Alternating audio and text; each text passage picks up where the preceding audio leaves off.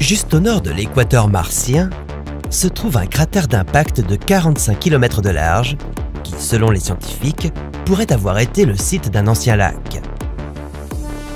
Ici, dans ce cratère appelé G0, les spécialistes pensent que son sol gelé pourrait héberger la découverte la plus importante de l'humanité, la vie.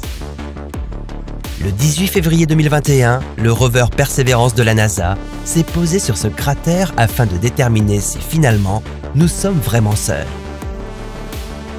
Quelle est la probabilité de vie sur Mars? À quoi ressembleraient ces Martiens? Comment allons-nous renvoyer des échantillons sur Terre?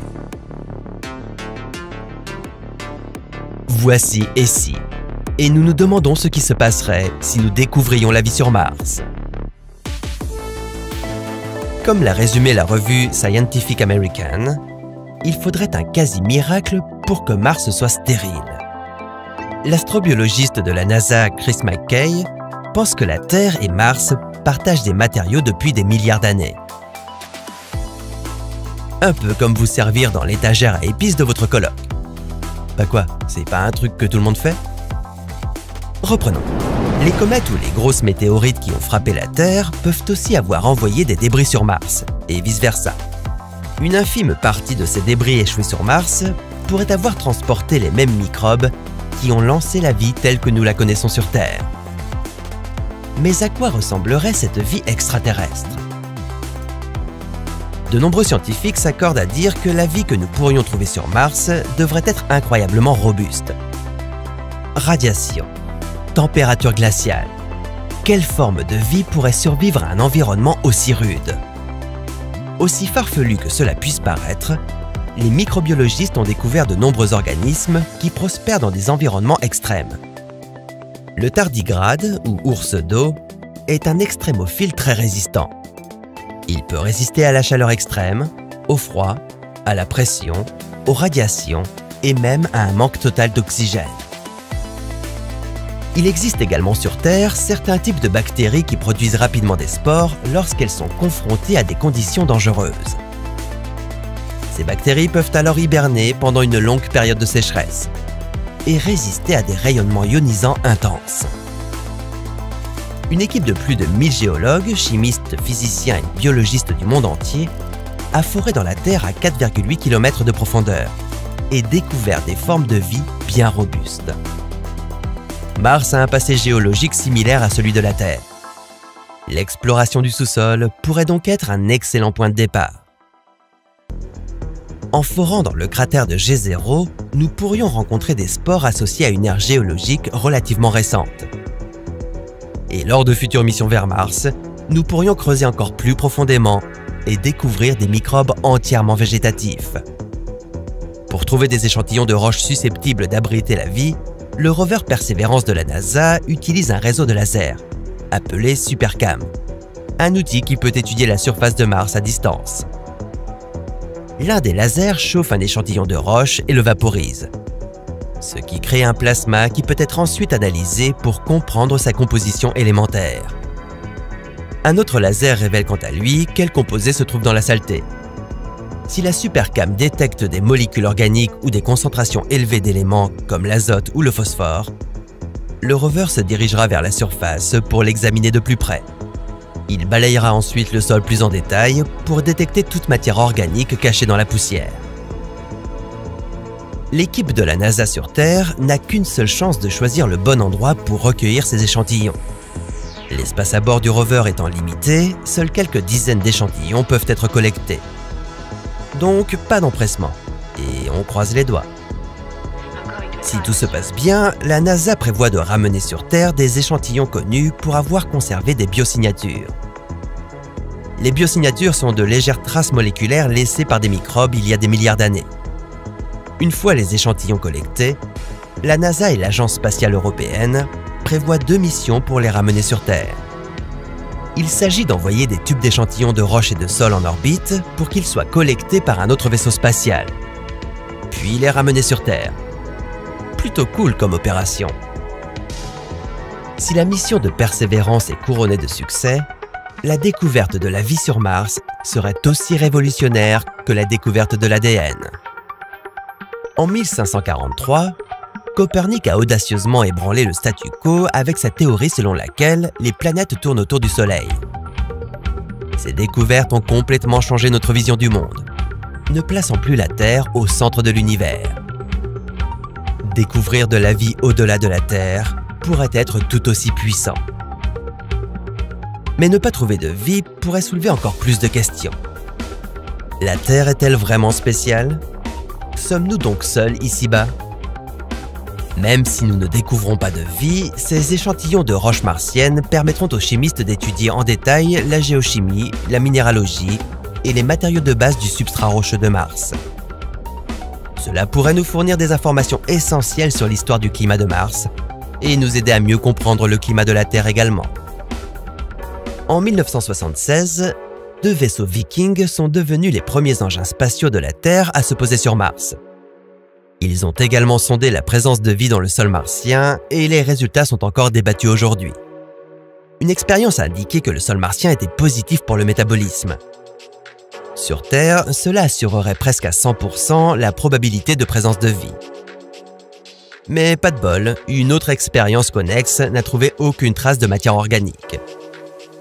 Bien que la plupart des scientifiques n'aient pas réussi à concilier ces résultats contradictoires, le consensus est qu'il n'y a pas de preuves concluantes de vie sur Mars. Mais plusieurs chercheurs ne sont pas d'accord.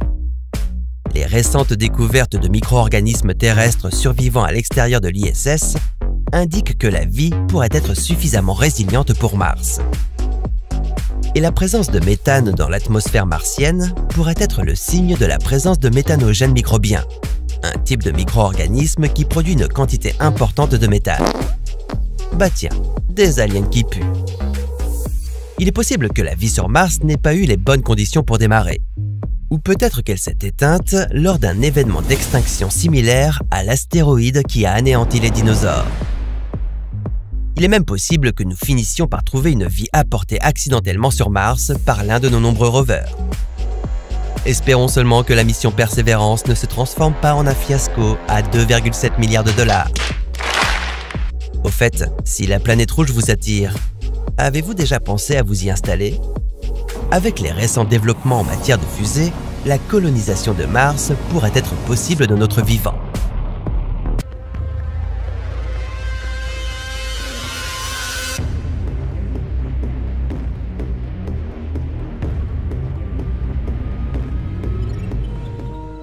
Sommes-nous seuls dans l'univers? Avec plus de 100 milliards de galaxies observables et au moins 500 milliards de planètes dans la Voie lactée, ne pensez-vous pas que nous aurions déjà dû trouver quelque chose? Même si un infime pourcentage de ces milliards de planètes abritait une vie intelligente, il y aurait des dizaines de milliers de civilisations extraterrestres. Pourtant, nous n'en avons vu aucune. Où sont-elles toutes passées? Nous nous demandons sans cesse ce qui leur prend si longtemps pour venir. Mais si je vous disais que même le plus amical de tous les extraterrestres pourrait anéantir notre civilisation entière pour de bon? Voici et si, et nous nous demandons ce qui se passerait si des extraterrestres nous rendaient visite demain. Nous avons tendance à appliquer nos théories au reste de l'univers. Nous nous attendons à ce que des extraterrestres viennent nous rendre visite, alors que nous n'avons même pas encore voyagé hors de notre propre quartier spatial. Nous considérons qu'ils ont tout simplement eu beaucoup plus de temps que nous pour développer des technologies qui rendent les voyages spatiaux possibles. Les voilà donc qui débarquent avec leur vaisseau spatial extraterrestre brillant qui se balade au-dessus de nos têtes. Que ferions-nous? Pour autant que nous le sachions, aucun gouvernement sur cette planète n'a prévu une sorte de cérémonie d'accueil des extraterrestres si ces derniers apparaissaient soudainement à l'horizon. Essayez simplement de garder votre sang-froid. Supposons que les extraterrestres soient très polis et nous envoient un petit message avant d'envahir notre ciel. Eh bien, vous n'apprendriez pas la nouvelle tout de suite. Du moins, pas avant que plusieurs observatoires de différentes organisations ne vérifient ce signal. Verdict, oui. C'est bien ça, les extraterrestres sont là. Maintenant vous le savez, l'info défile partout. La NASA confirme officiellement. un vaisseau extraterrestre a été détecté dans notre système solaire. Nous ne sommes définitivement pas seuls dans l'univers. Les agences et les pays du monde entier s'unissent pour faire face à l'événement, essayant d'évaluer rapidement le niveau de menace. Ils convoquent des experts en linguistique, en psychologie, en armement et en biologie, et leur demandent d'essayer d'établir le premier contact avec les extraterrestres. Les groupes d'experts enregistrent toutes les interactions pour analyser les gestes les plus simples ainsi que les réactions auditives de nos invités surprises. Cela peut permettre notamment de savoir si ces derniers sont venus en paix ou s'ils ont l'intention de tout casser.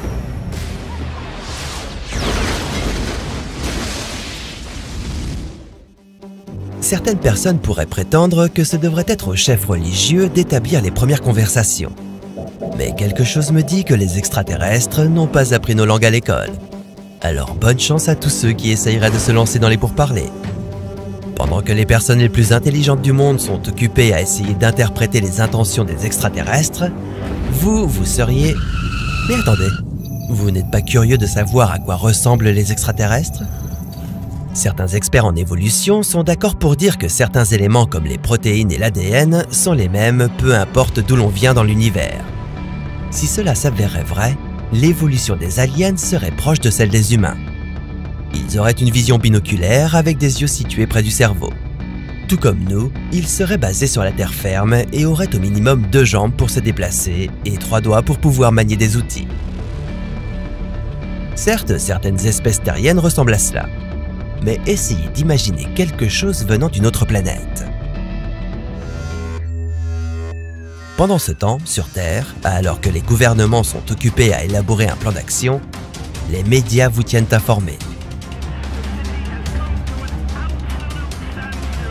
Il est conseillé de bien rester confiné et d'attendre de nouvelles instructions. Comme d'habitude, il est difficile de filtrer le vrai du faux. Mais essayez au moins de ne pas tomber dans les fake news apocalyptiques de Facebook et restez calme. Respirez un coup et faites l'effort d'abandonner l'idée de plier bagages et de vous sauver en race campagne. Pendant ce temps, gouvernements et experts diffuseraient des informations sur les interactions extraterrestres. À partir de là, les événements pourraient se dérouler de plusieurs manières différentes. D'abord, nous pourrions ne rien recevoir, aucune réponse, ni auditive ni visuelle, rien. Cela pourrait signifier un tas de choses. Le vaisseau spatial extraterrestre n'a pas d'extraterrestre à bord, ou bien qu'ils attendent des renforts de chez eux pour nous pulvériser.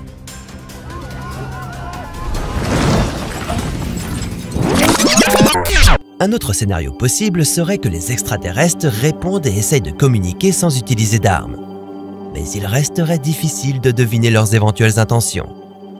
On ne peut pas écarter l'option qu'ils veulent se débarrasser de nous et garder la Terre pour eux. Qui plus est, la barrière de la langue pourrait largement compliquer nos interactions. Les tensions commenceraient à monter. Nous serions fichus. Si l'on considère que ces êtres ont la technologie nécessaire pour voyager jusqu'à la Terre, il est probable qu'ils aient aussi la capacité de développer des armes très avancées. Chez les civils, ce serait certainement panique à bord. Les gouvernements, quant à eux, mettraient leurs armes nucléaires en état d'alerte. Ce serait notre meilleur atout et l'arme la plus destructrice contre eux. Du moins, c'est ce que nous croyons.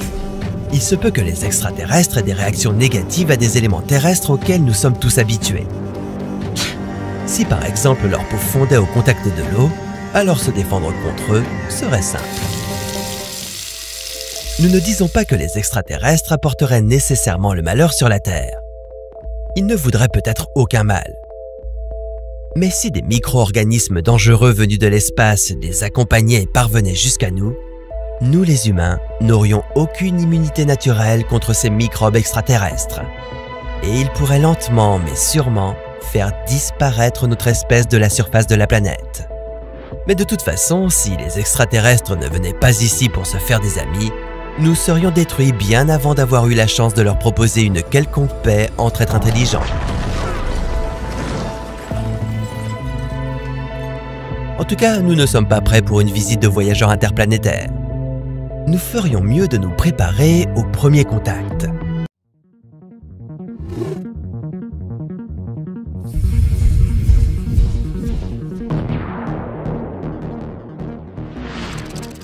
Alien? Encelade? Où va ce monde? Ou devrais-je dire, à quoi va ressembler ce monde? Voici et si, et nous nous demandons ce qui se passerait si nous trouvions une vie extraterrestre sur Encelade. Tout d'abord, ça se prononce Encelade, pas Ensalade. Désolé les copains. Encelade est la 6e plus grande lune de Saturne, mais elle serait mieux décrite comme un pays des merveilles en hiver. En hiver parce qu'elle est recouverte de glace et que la température moyenne en surface est de moins de 100 degrés. Merveille parce qu'à 40 km sous sa surface se trouvent les éléments nécessaires à la vie. Peut-on trouver des extraterrestres là-bas? Combien de temps faudra-t-il pour en être sûr? Voici le geyser Waimangu. Il n'existe plus aujourd'hui, mais lorsqu'il existait, il pouvait projeter de l'eau à 460 mètres de hauteur, ce qui en faisait le plus grand geyser jamais connu sur Terre. Mais au-delà de notre atmosphère, Waimangu ne serait qu'une goutte d'eau dans l'océan.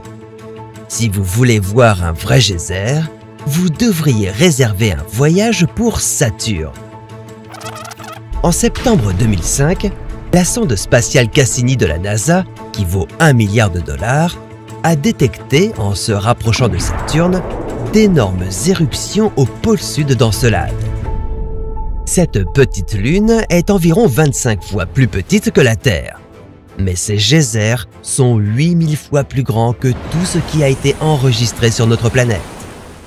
Cassini a enregistré des explosions qui sont allées jusqu'à 240 km dans l'espace, ce qui est à peu près la même distance entre Washington DC et Philadelphie. Pourtant, si ces panaches brillants de vapeurs mystérieuses étaient un véritable plaisir pour les yeux, les scientifiques étaient davantage impressionnés par ce qui restait caché. Sous 40 km de glace épaisse, il y a un océan sur Encelade.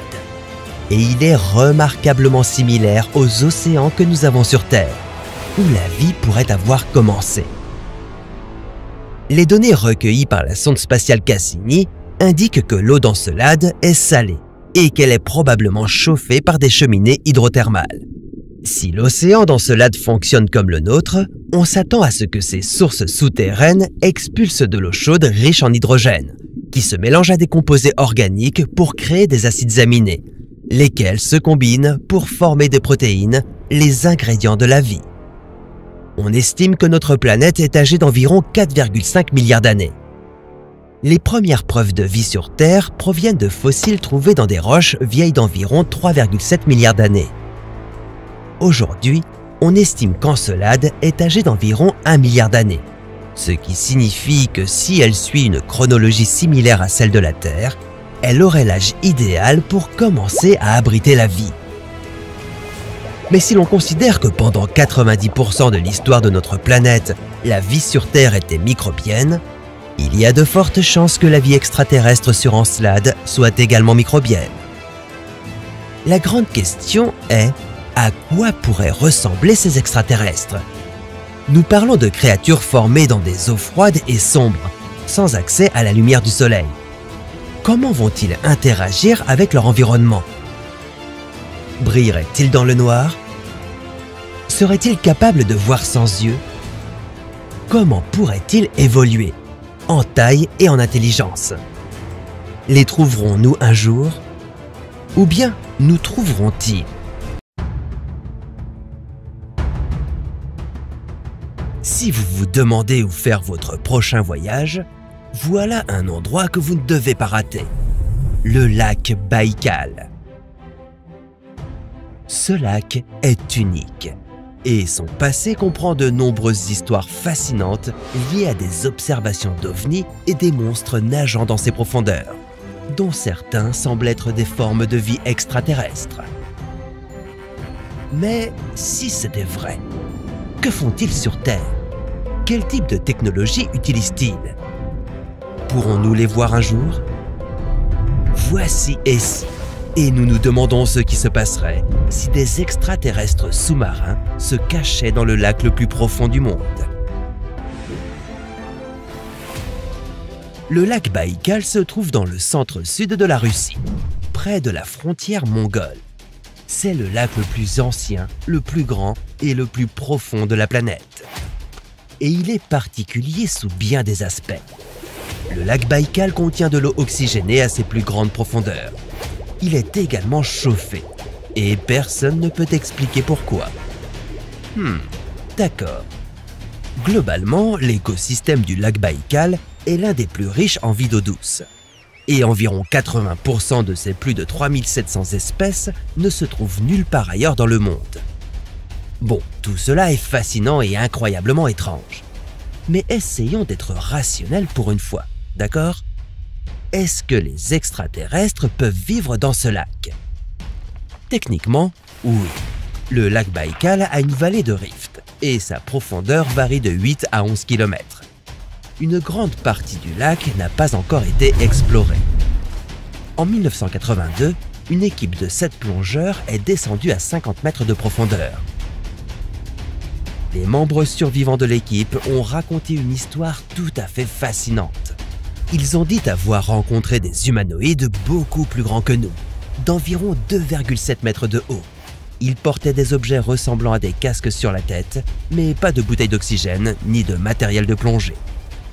Les créatures ont réagi et ont utilisé une explosion d'énergie pour renvoyer les plongeurs à la surface, rapidement. Si ce récit est vrai, ces formes de vie ont clairement une technologie avancée que nous ne comprenons pas, comme la capacité à contrôler l'eau. Mais quoi qu'il en soit, la remontée rapide à la surface a donné aux plongeurs le mal de décompression. 3 des plongeurs sont morts. Les 4 survivants ont été blessés. Il a dû se passer quelque chose pour qu'ils remontent tous à la surface si vite, au péril de leur vie. Et ce n'est pas tout. En 2009, les astronautes à bord de la Station spatiale internationale ont remarqué 2 mystérieux cercles sombres dans la glace du lac Baïkal. Les cercles étaient situés là où la glace se brisait. Ils peuvent avoir été causés par de l'eau plus chaude remontant dans le lac. Bon, c'est génial. Mais l'un des cercles était situé dans une zone plus profonde avec de l'eau plus froide. Et c'est très inhabituel. Mais supposons que les cercles ont été créés par des extraterrestres. Pourquoi seraient-ils en bas? Eh bien, si des extraterrestres vivaient dans le lac Baïkal, ils seraient probablement là depuis longtemps. Et ils vivraient probablement sur une base utilisée pour la recherche, où ils étudient la vie sur Terre. Cela ferait-il de nous des rats de laboratoire humains? De toute façon, les extraterrestres auraient probablement besoin de faire des allers-retours périodiques vers leur monde d'origine. Cela pourrait expliquer le nombre élevé d'observations d'OVNI dans cette région. Nous espérons qu'ils n'essayent pas de nous exterminer.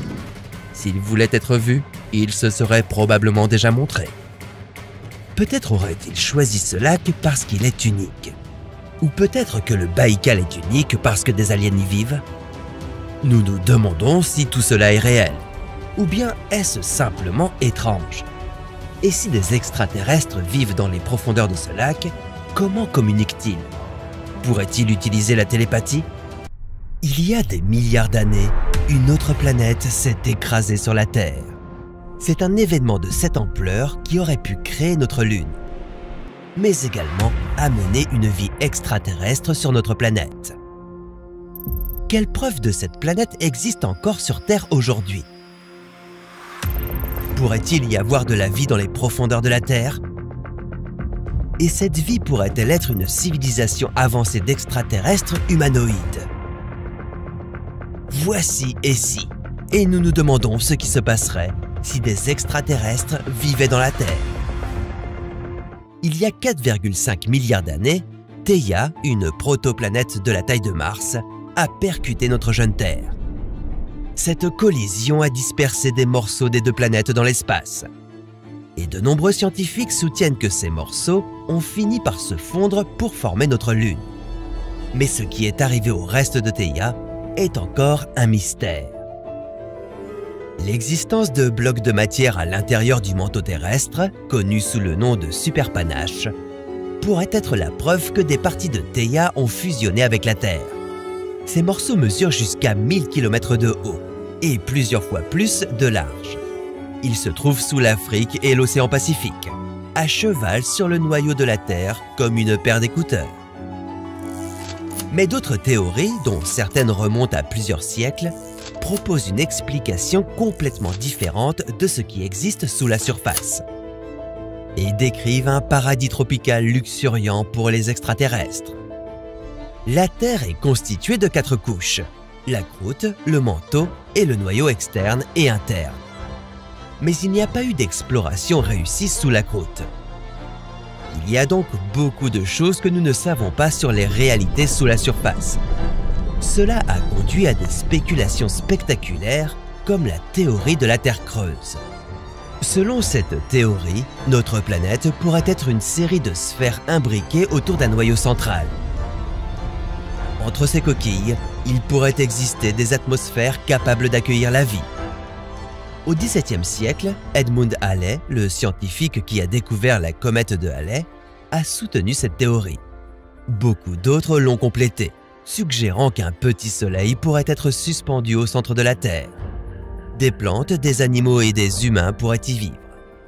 Et pas seulement des humains, mais une race de surhommes. Des immortels qui possèdent une technologie sophistiquée pour construire des centaines de villes souterraines.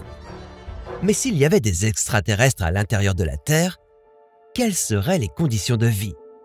L'intérieur de notre planète pourrait-il être un paradis luxuriant ou une décharge chaude et infernale? Si vous deviez visiter l'un des superpanaches, vous devriez descendre à 2900 km sous la Terre.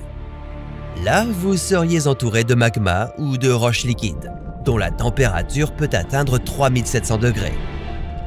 Et le poids de la croûte et du manteau au-dessus de vous exercerait une pression 237 000 fois supérieure à celle de l'atmosphère, c'est-à-dire celle de la surface de la Terre.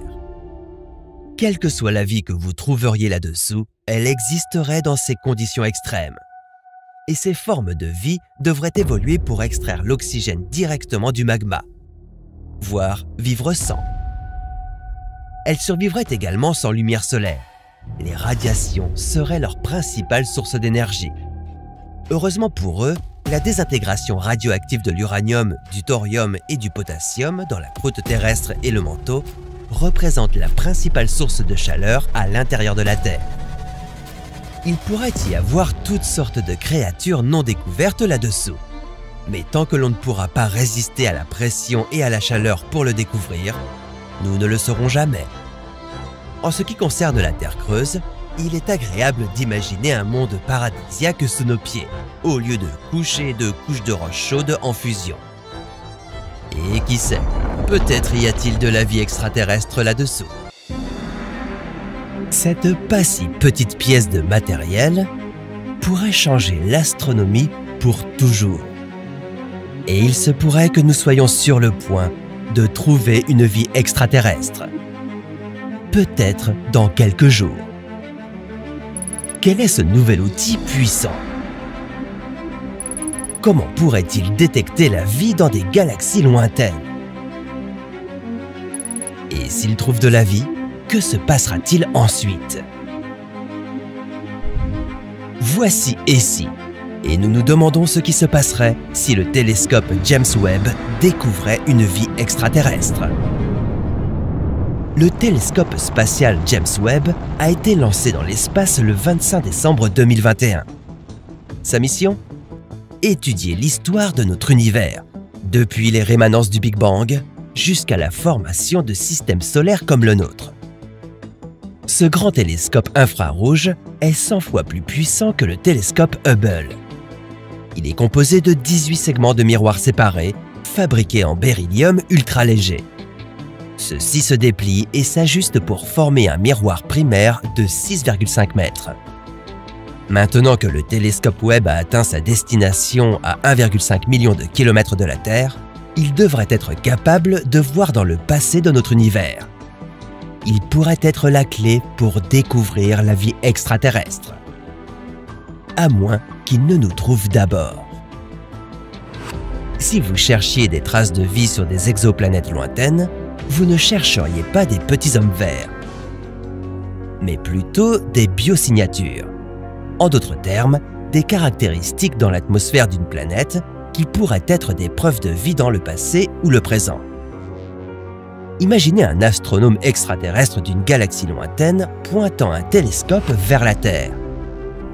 Les biosignatures qu'il constaterait sont la présence d'oxygène et de méthane dans notre atmosphère.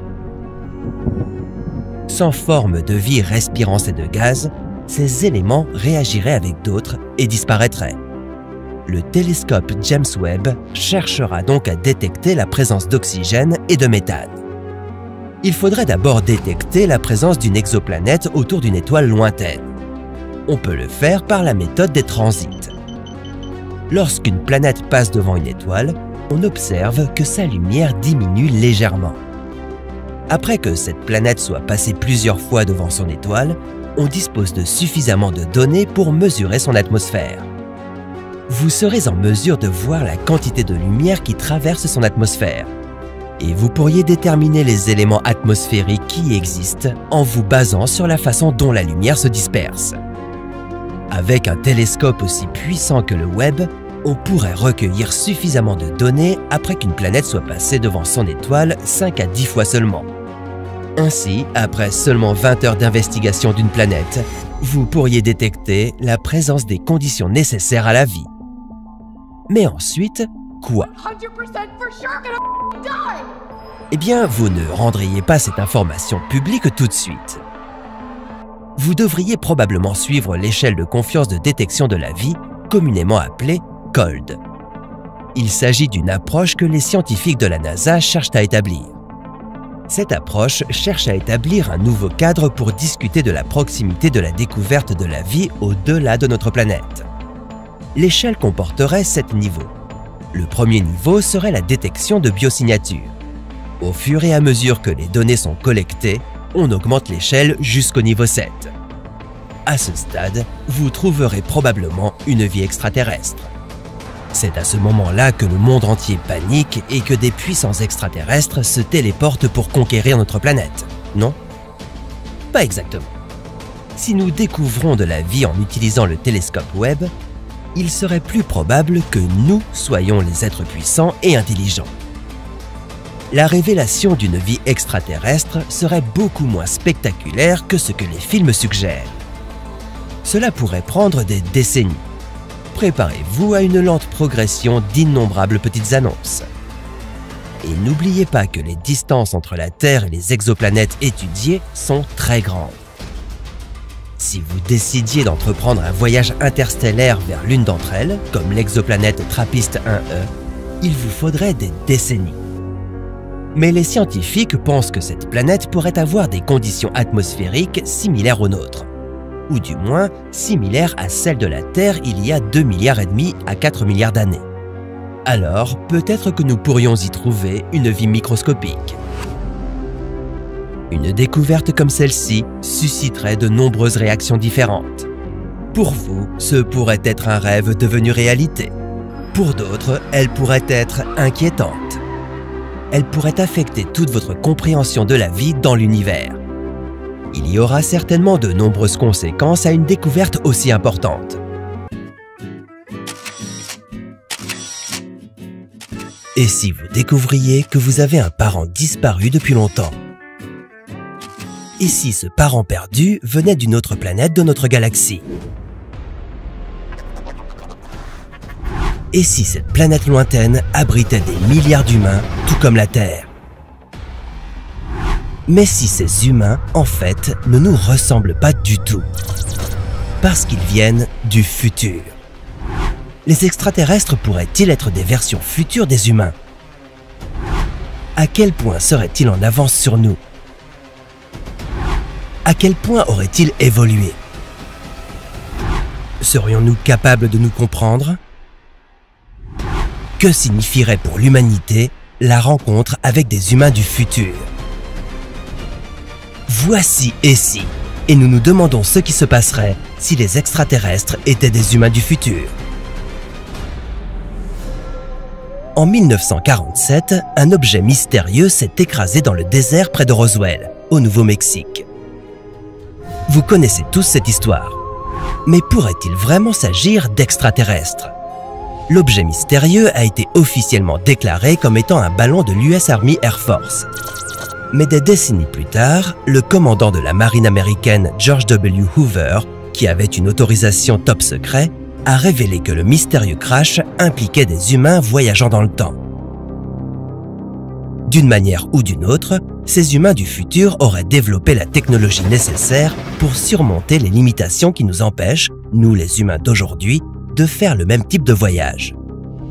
Certaines théories suggèrent que ces humains du futur voyagent dans le temps afin de comprendre leur passé biologique. Peut-être que ces mêmes voyageurs du temps ont aidé nos ancêtres à faire d'énormes bonds dans les connaissances scientifiques et technologiques en un temps relativement court. Du coup, si l'une de ces théories s'avérait vraie, devrions-nous nous préparer à une autre visite extraterrestre humaine dans un avenir proche? Et que pouvons-nous attendre de cette rencontre impromptue du troisième type? Si les extraterrestres, enfin les futurs humains, venaient à nouveau nous rendre visite, ils ressembleraient probablement à ce que nous montrent les films. Comme nous, ils marcheraient sur deux pieds. Mais leur tête et leurs yeux seraient beaucoup plus grands. Cela correspond aux prévisions concernant l'évolution de l'homme actuel. Nous pouvons nous attendre à ce que notre tête soit plus grosse et que la partie supérieure de notre crâne s'arrondisse pour accueillir un cerveau plus grand.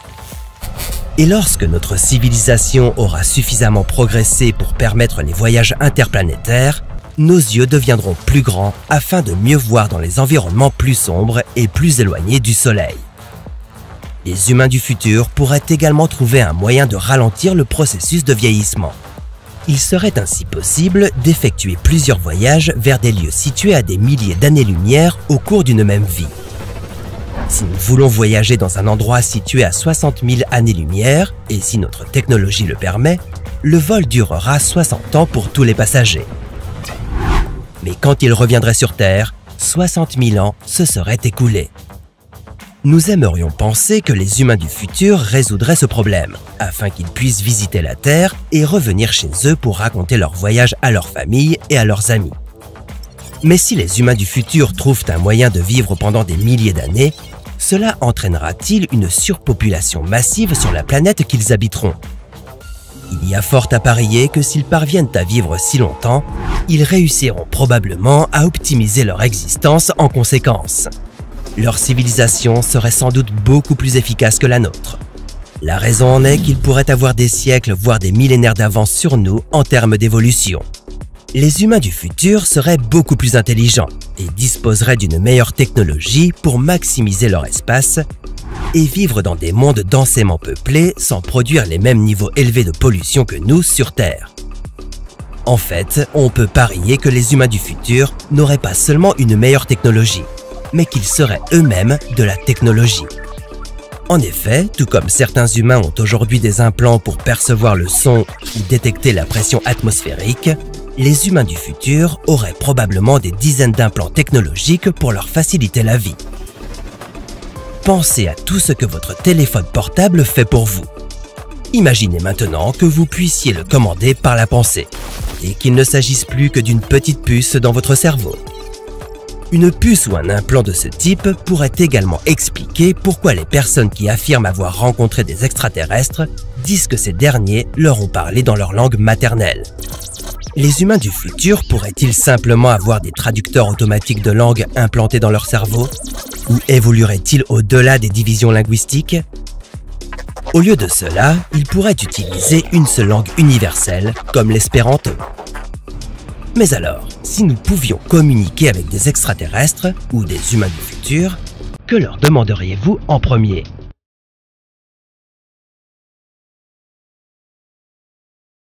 Il y a des milliards de planètes dans l'univers qui peuvent théoriquement supporter la vie. Mais jusqu'à présent, nous n'avons pas découvert d'extraterrestres là-bas.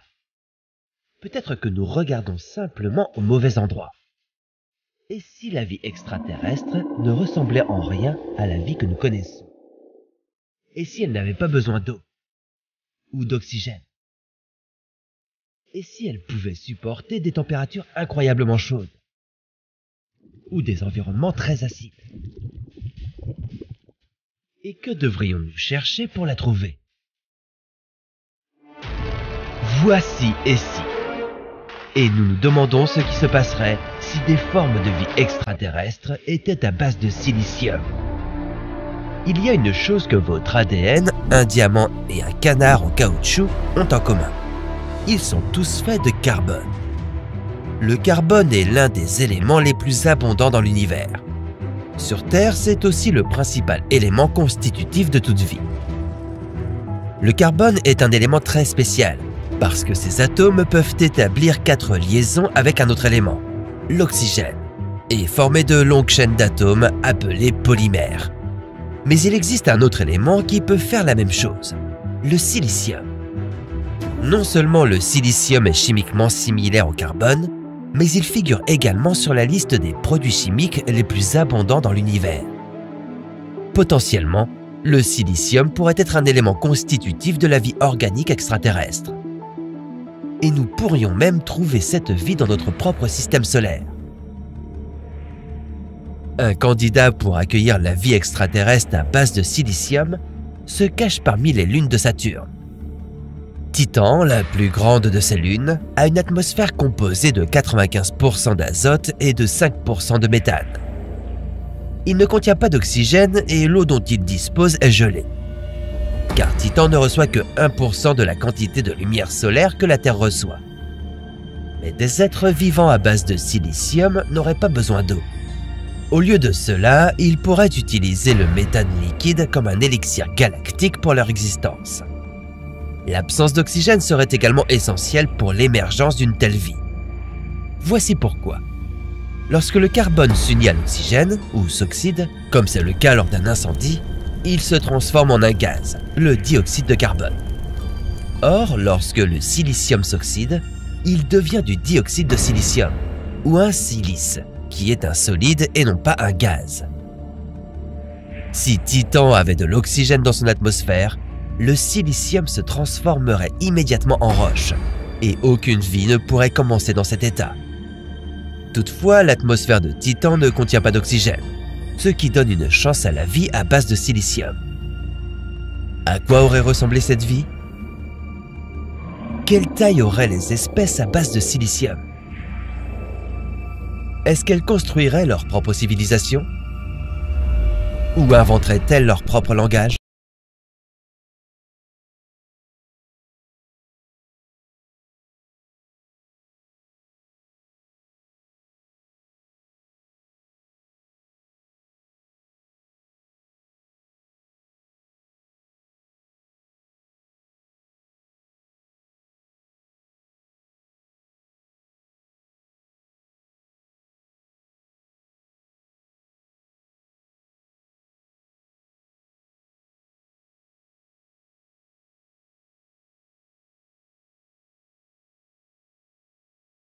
Beaucoup d'autres planètes là-bas. Certaines d'entre elles pourraient réunir les conditions nécessaires au développement d'une vie non carbonée. Comme le silicium ne se combine pas bien avec l'oxygène, les processus métaboliques d'un organisme à base de silicium devraient être entièrement différents des nôtres. Nous ne savons pas si c'est possible, tout comme nous ne savons pas si un organisme strictement à base de silicium aurait un ADN. Mais peut-être ne devrions-nous pas essayer d'appliquer notre science à une vie extraterrestre que nous n'avons jamais rencontrée et à des planètes que nous n'avons pas explorées en détail. Les conditions de la Terre ne donnent pas vraiment de chance au silicium de se transformer en une quelconque forme de vie.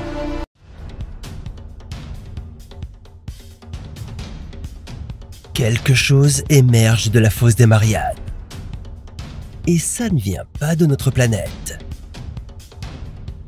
Si des extraterrestres vivaient dans l'endroit le plus profond de l'océan, à quoi ressembleraient-ils? Comment communiqueraient-ils entre eux? Et que se passerait-il si nous osions les contacter? Voici et si, et nous nous demandons ce qui se passerait s'il y avait des extraterrestres au fond de la fosse des Mariannes. Il y a une raison pour laquelle l'idée d'extraterrestres vivant au fond de la mer surgit sans cesse dans notre culture populaire. Beaucoup d'entre nous ont bien plus peur de ce qui se trouve là-dessous que de ce qui nous regarde depuis l'espace. Après tout, 80% de l'océan reste toujours non cartographié et inexploré. Nous avons de meilleures cartes de la Lune, de Mars et de Vénus que de nos fonds marins. La partie la plus mystérieuse de nos océans est la fosse des Mariannes. Son point le plus profond, Challenger Deep, descend jusqu'à 11 km de profondeur. La fosse des Mariannes est tout sauf un lieu de loisir.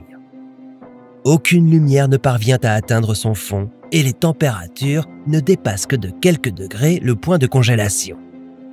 Sans parler de sa pression d'eau extrêmement élevée. Alors, comment est-ce que des extraterrestres pourraient survivre à l'endroit le plus profond de l'océan? La pression de l'eau au fond de la fosse des Mariannes est plus de 1000 fois supérieure à la pression atmosphérique à laquelle vous êtes habitué au niveau de la mer. Ce type de pression écraserait n'importe quoi, même les robots de haute mer les plus résistants que nous ayons jamais construits. Mais il existe certains êtres vivants qui ont réussi à s'adapter et à prospérer dans des conditions aussi difficiles, comme les escargots translucides et les concombres de mer. Le poisson escargot Hadal, connu comme le poisson vivant le plus profond, vit à plus de 8 km de profondeur. Contrairement à vous, les poissons des profondeurs n'ont pas de poche pour stocker l'air dans leur corps. L'oxygène qui se trouve dans vos poumons est ce qui vous donne la sensation de pression lorsque vous faites une plongée.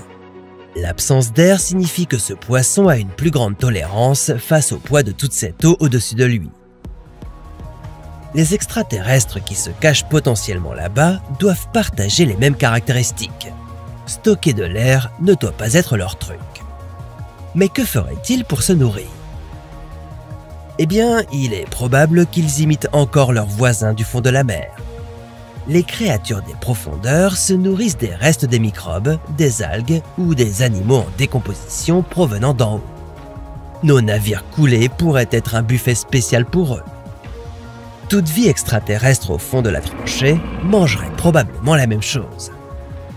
Ils s'enfonceraient dans les plus grosses carcasses qu'ils pourraient trouver et consommeraient ce qui reste de l'intérieur, comme le fait la myxine géante. Ils pourraient aussi avoir une énorme bouche et un estomac extensible, ce qui leur permettrait d'attraper et de digérer de grandes quantités de nourriture tout en se déplaçant. Et leur grande bouche serait aussi remplie de longs crocs pointant vers l'intérieur. Cela leur permettrait d'attraper et de retenir d'autres créatures des profondeurs ou toute proie qui plonge un peu trop loin de la surface. Ne les jugez pas. Dans un habitat aussi précaire que la fosse des Mariannes, les extraterrestres doivent profiter de toutes les sources de nourriture. Ils doivent aussi faire un effort supplémentaire pour se faire remarquer dans l'obscurité totale. C'est parce que la lumière du soleil ne peut voyager que jusqu'à 1 km dans l'océan. Plus profond que ça, on ne peut rien voir. Alors, comment nos extraterrestres sous-marins font-ils savoir qu'ils sont dans le coin? 2 idées.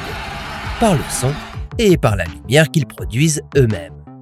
Comme les lucioles, les créatures des profondeurs sont capables de produire et d'émettre leur propre lumière grâce à un processus appelé bioluminescence. Avec cela, les extraterrestres seraient capables de se connecter les uns aux autres grâce à des formes lumineuses spécifiques. Pour communiquer sur de longues distances, ils pourraient envoyer des ondes sonores sur de très grandes distances dans l'eau. Comme dans le cas de la baleine à bosse, qui est capable de chanter dans les Caraïbes et d'être entendue au large de la côte ouest de l'Irlande, à 6400 km de là. Aujourd'hui, à quoi ressemblerait notre premier contact avec cette espèce sous-marine? Eh bien, nous devons d'abord y parvenir. Il nous faudrait un vaisseau assez solide pour résister à la pression qui s'intensifie constamment. La plus petite des fissures vous écraserait, vous et votre sous-marin, plus vite que vous ne pouvez dire « confiture d'humain ». Une fois sur place, il faudrait tenir compte du fait que vivre au fond de la mer serait comme vivre sur une autre planète. Si des extraterrestres existaient dans les profondeurs de la fosse des Mariannes pendant tout ce temps, ils ne voudraient peut-être pas être des voisins amicaux. Et l'obscurité seule rendrait difficile la localisation et l'étude de notre sujet. Avant d'approcher ces extraterrestres, nous devrions d'abord évaluer leur style de communication, lentement et patiemment. Nous devrions aussi comprendre comment ils interagissent avec leur environnement, en supposant qu'ils ne se sentent pas menacés par notre présence et ne décident pas de réagir. La confiance va dans les deux sens quand vous essayez de ne pas être écrasé ou mangé au nom de la science. Je veux dire, ce ne serait pas la première fois que nous, les humains, découvrions une nouvelle espèce et nous disions « Cool, je me demande si ça a le même goût que du poulet ». Un objet volant non identifié a été repéré au-dessus d'un lac de Californie. Et ce n'est pas la première fois qu'un ovni est filmé. Cette séquence vient de Chine. Et celle-ci a été prise à Londres. En 2021, le gouvernement américain a publié un rapport sur les observations d'extraterrestres au cours des 20 dernières années. Ce rapport comporte 144 témoignages, principalement d'aviateurs militaires. Seulement, on ne les appelle plus des ovnis. On parle maintenant de phénomènes aériens non identifiés, ou PANI. Il n'y a pas assez de preuves pour confirmer ou démentir que ces PANI sont d'origine extraterrestre. Mais si vous demandez à l'un des pilotes de la Navy qui a repéré un PANI en forme de tic-tac en 2004, ces objets se déplacent d'une manière que nous ne pouvons pas expliquer. Et si les extraterrestres étaient déjà là? Eh bien, si c'était le cas, nous aurions des ennuis.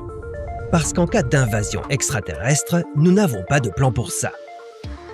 Si les aliens arrivaient sur notre planète, ils seraient probablement plus avancés que nous. La plupart des étoiles de la Voie lactée existent depuis bien plus longtemps que notre Soleil. Cela signifie que les extraterrestres auraient plus de temps pour évoluer et progresser au niveau technologique. Si ces aliens étaient agressifs, nous serions grillés. Nous n'aurions rien pour nous défendre. On pourrait être prévenus et essayer certaines choses avant notre triste disparition. Nous avons des programmes qui traquent tout ce qui pourrait être une menace potentielle pour notre planète, comme l'arrivée d'un astéroïde ou d'un vaisseau extraterrestre venant nous anéantir. Nous essayerions alors de trouver une solution à ce problème de la meilleure façon qui soit. Les atomiser avant qu'ils ne nous détruisent. Espérons que le missile pourra pénétrer leur défense et causer de vrais dégâts. Et si nous ne pouvons pas dire pourquoi les PANI se déplacent comme ils le font, nos chances de les toucher dans l'espace seraient extrêmement faibles. Nous risquons juste de les mettre en colère.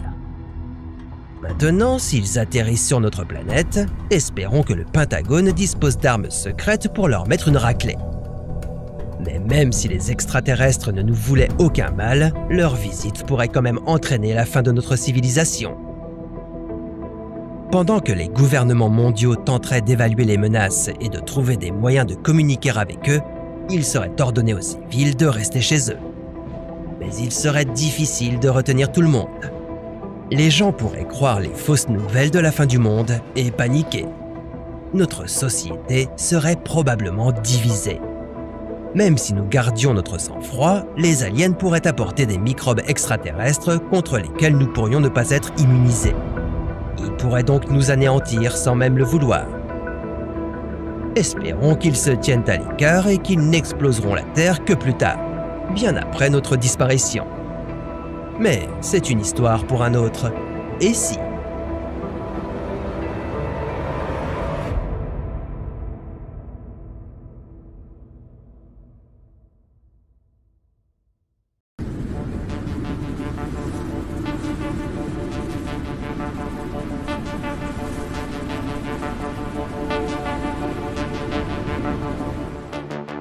Juste au nord de l'équateur martien, se trouve un cratère d'impact de 45 km de large